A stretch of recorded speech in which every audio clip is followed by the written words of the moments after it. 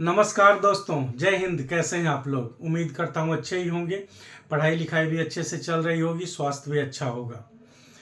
आज का video pronoun के यूज को, प्रोनाउन से रिलेटेड उन इम्पोर्टेंट पॉइंट्स को आगे बढ़ाएगा जहाँ तक आपने पीछे वीडियो में पढ़ा था।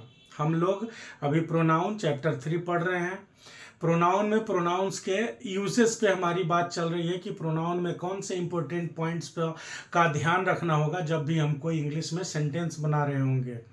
पिछले वीडियोस तक में हमने पढ़ा कि रिफ्लेक्सिव प्रोनाउन का क्या यूज होना चाहिए, कैसे सब्जेक्ट ऑब्जेक्ट बनना चाहिए, रिलेटिव प्रोनाउन कैसे बनेगा, इंडेफिनिट प्रोनाउंस का क्या रोल होता है, कैसे कैसे लिखा जाता है, उसमें रिफ्लेक्सिव को आप एम्फेटिक कैसे बनाते हैं, ये सब हमने पढ़ा।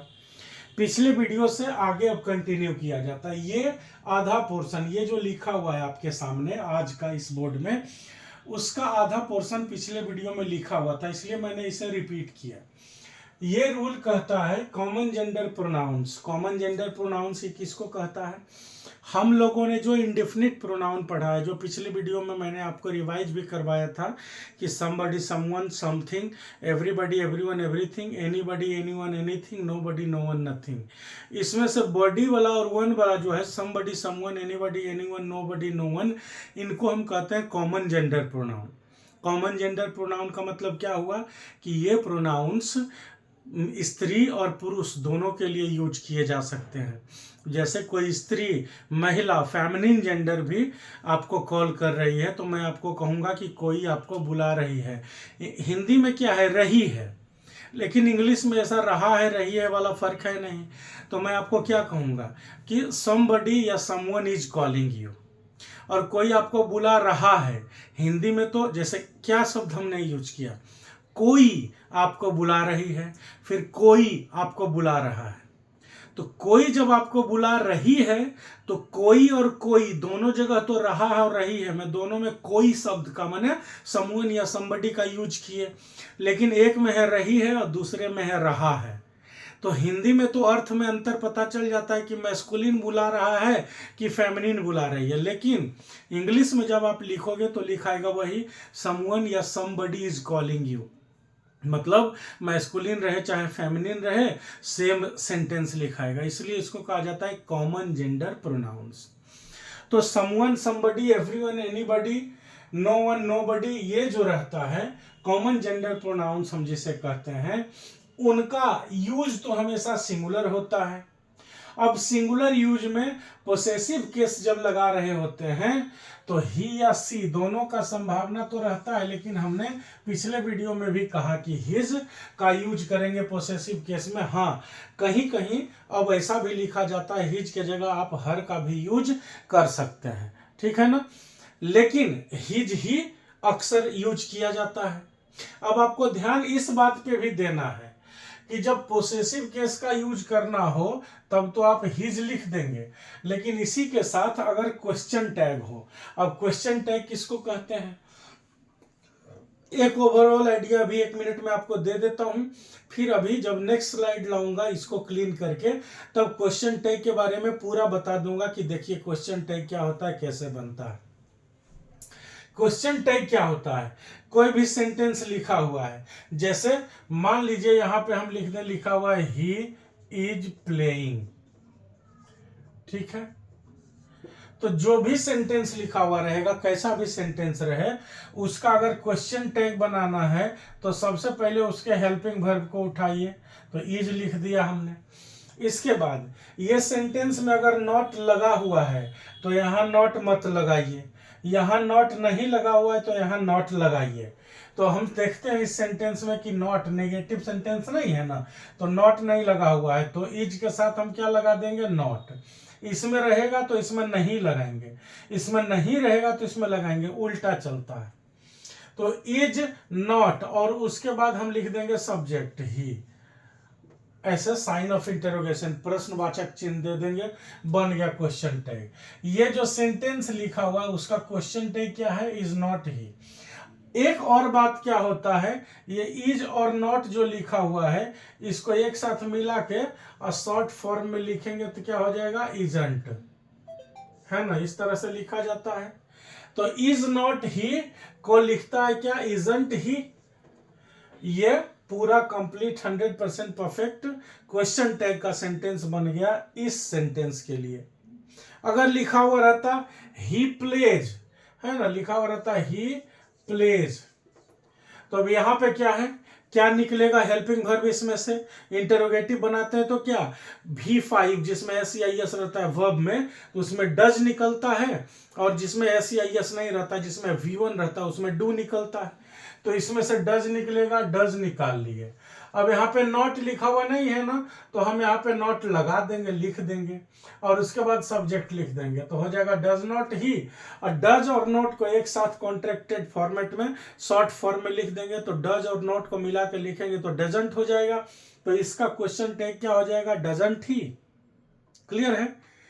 तो कहता है अभी और कुछ सेंटेंस लिख दूंगा अगले स्लाइड में, जब इसको वाइप आउट करूं, मतलब मिटाऊंगा, और अगला ये आएगा, अगला लिखूंगा, अगला स्लाइड जो आएगा, अगला बोर्ड, तो उसमें मैं क्वेश्चन टैग के बारे में 2 4 5 और एग्जाम्पल लिखूंगा। लेकिन फिलहाल आई होप आप समझ गए होंगे। तो कहता है कि नॉर्मल पसेसिव केस आपको यूज करना हो, संबंध या अधिकार दिखाना हो, तब तो आप उसके लिए हिज लिखिएगा, ही का फॉर्मेट यूज कीजिएगा। उसको थर्ड पर्सन का सिंगुलर नंबर मानना है। इनको जो कॉमन जेंडर प्रोनाउन है, इसको थर्ड पर्सन का सिंगुलर नंबर मानना है। मैस्कुलिन जेंडर जैसा यूज करना है इसको, अगर पोसेसिव केस यूज करना हो तब। मतलब everyone, everybody, someone, somebody, anyone, anybody के लिए उसका या उसकी ऐसा लिखना हो तो हम क्या लिखेंगे, हिज। देयर का यूज, THEIR, देयर का यूज प्लूरल मान के नहीं करेंगे। जैसे लिखा हुआ है everybody should give time to their family, नहीं, गलत हो जाएगा।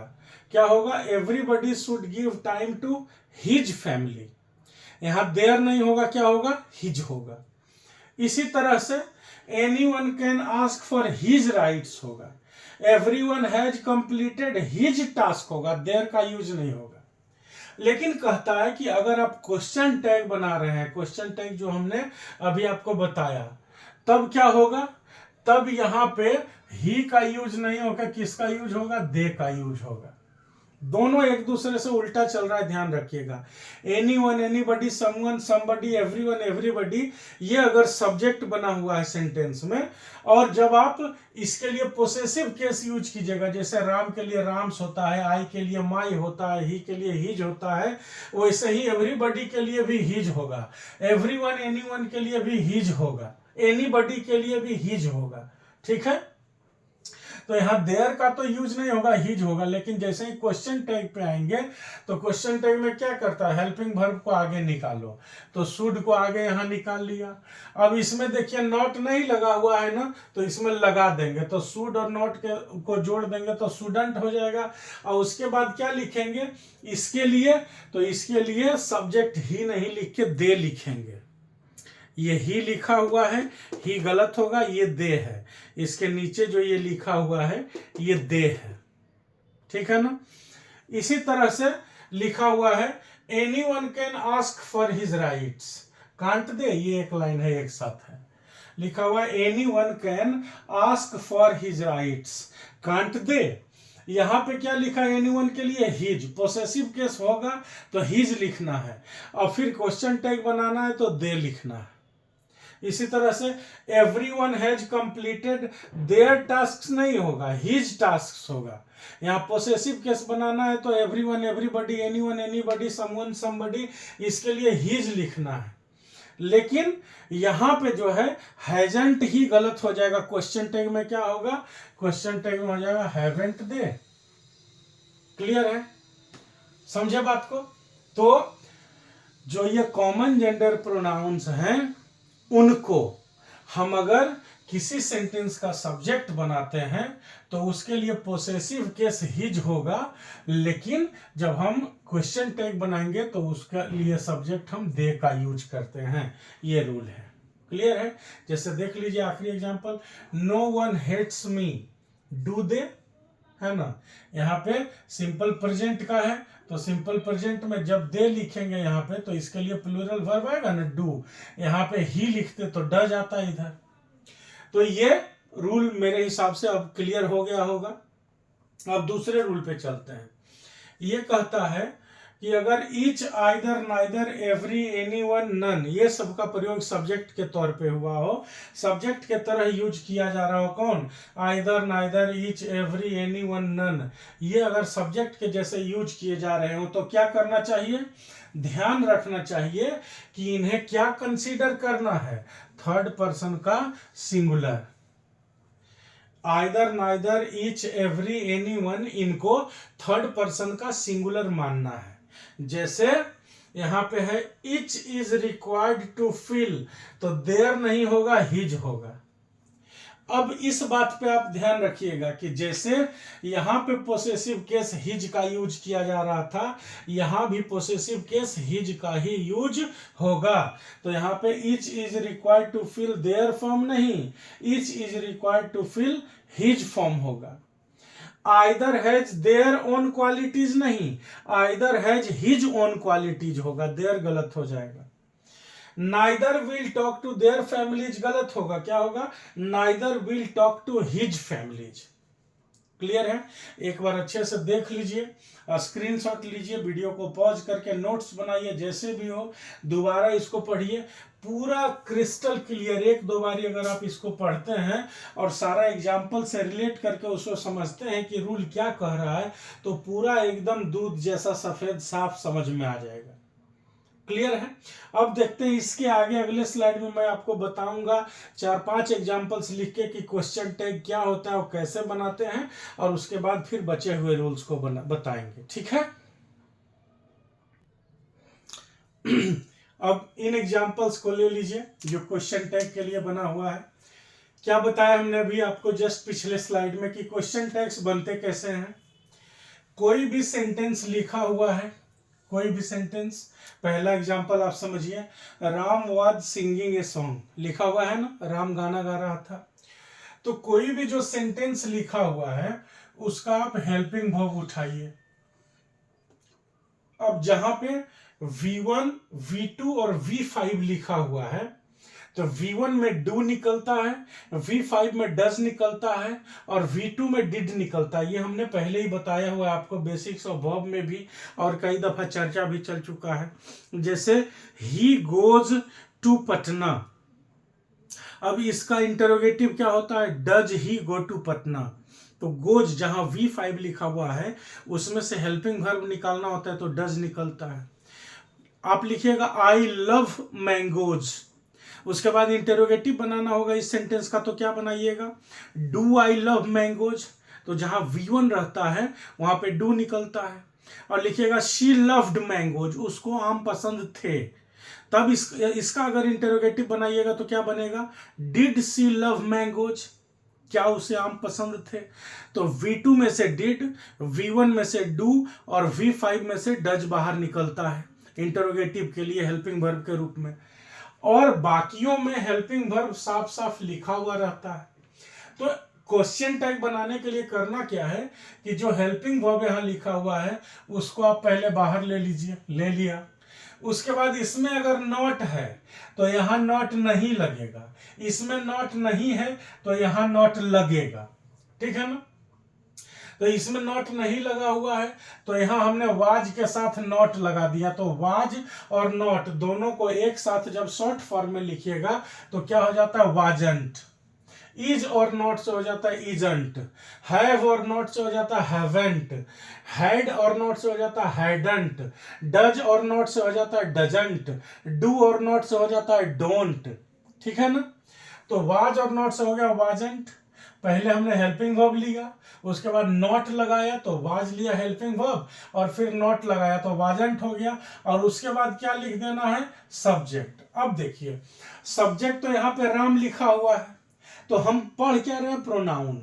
हम जानते हैं कि नाउन का यूज बार बार नहीं करना चाहिए, तो नाउन का रिपीटिशन रोकने के लिए हम क्या यूज करते हैं, प्रोनाउन का यूज करते हैं। तो राम के लिए क्या होगा, प्रोनाउन ही होगा। यहाँ पे सीता रहती तो सी हो जाता, मैस्कुलिन जेंडर सिंगुलर होता है, माने पुरुष हो और अकेला हो तो उसके लिए ही लिखते हैं, महिला हो अकेली हो तो सी लिखते हैं, और पुरुष महिला जानवर वस्तु कुछ भी हो, एक से ज्यादा हो, एक पुरुष हो एक महिला हो तो उसके लिए दे लिखते हैं, 2 पुरुष हो 4 पुरुष हो 20 महिला हो उसके लिए दे लिखते हैं। तो यहाँ पे हो जाएगा क्वेश्चन टैग क्या, वाजंट ही, राम लिखा हुआ इसके चलते ही आएगा। फिर लिखा हुआ है क्या, सीमा फाउंड योर फोन, सीमा को तुम्हारा फोन मिल गया, क्वेश्चन टैग क्या हो जाएगा, फाउंड, V2 लिखा हुआ है ना, तो V2 में हमने अभी क्या बताया, हेल्पिंग वर्ब क्या निकलता है, डिड, V2 में डिड, V1 में डू और V5 में डज, ठीक है। तो यहाँ पे डिड निकल गया, ये नेगेटिव नहीं है तो यहाँ पे नॉट हमने लगा दिया, तो क्या हो जाएगा, डिड प्लस नॉट बराबर डिडंट, और सीमा है, मैस्कुलिन है तो ही निकलेगा, फेमिनिन है तो सी निकलेगा, तो सीमा के लिए क्या निकला, C, helping verb plus not plus subject लिख दिए और प्रश्नवाचक चिन्ह लगा दिए, बन गया। अब ये जो क्वेश्चन टैग होता है उसका क्या अर्थ होता है, मतलब क्या होता है, जरूरत क्या होती है इसकी, क्या क्या जरूरी है इसका लिखना। तो जब हम बात बनाते हैं, ये क्या भाषा लिखा जा रहा है, भाषा लिखना हम लोग सीख रहे हैं, तो जब हम लोग सेंटेंस लिखते हैं, वाक्य लिखते हैं, भाषा बोलते हैं, तब उसमें आम बोलचाल में क्या होता है, जैसे मान लीजिए कहीं आप बारात जा रहे हो किसी का, आपका दोस्त बैठा हुआ है कहीं पे, तो आप कहते हो ना कि चल रहे हो ना बारात जी, तो ये पूछने के लिए कहते हैं चल रहे हो ना बारात जी। इसको एक और तरीके से कैसे बोलते हैं कि ये भी बारात जा रहा है ना, मतलब क्वेश्चन टैग आ गया, तुम बारात जा रहे हो ना, क्वेश्चन टैग हो गया। उसे तुम्हारा फोन मिला ना, क्वेश्चन टैग हो गया। मैंने तुम्हारी मदद की थी ना, डिडंट आई, की थी ना।